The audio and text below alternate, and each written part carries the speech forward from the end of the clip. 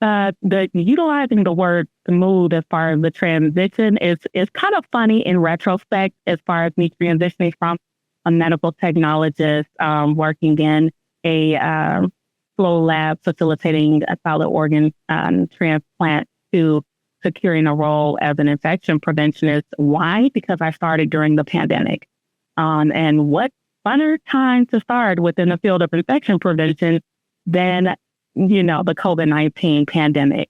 However, I wouldn't change it for the world, because really, one way that I describe it to people is that I really had to learn a lot within a short time frame. I didn't have, necessarily the convenience to, of course, I had onboarding. However, we are managing and trying to battle a global pandemic, ever-changing guidance, quelling, attempting to quell concerns related to all that's going on, but then also the personal perspective, navigating a global pandemic within our lives.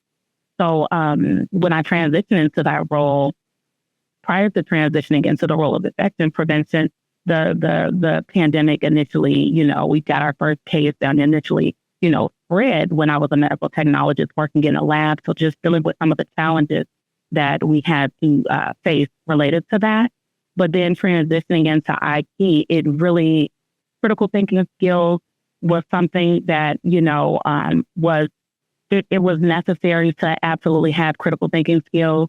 And in being new, practicing good judgment and knowing and deferring questions to my leadership and or heavily researching to ensure that I'm providing adequate responses. And sometimes I needed to provide swift responses. So it really, I was, thrown into the profession to learn how to critically think, to convene with those literature reviews and utilize and leverage the infection prevention and control resources and literature that's out there to ensure that I'm appropriately providing the guidance needed to mitigate that. That in addition to the some of the normal workflows of infection prevention as well.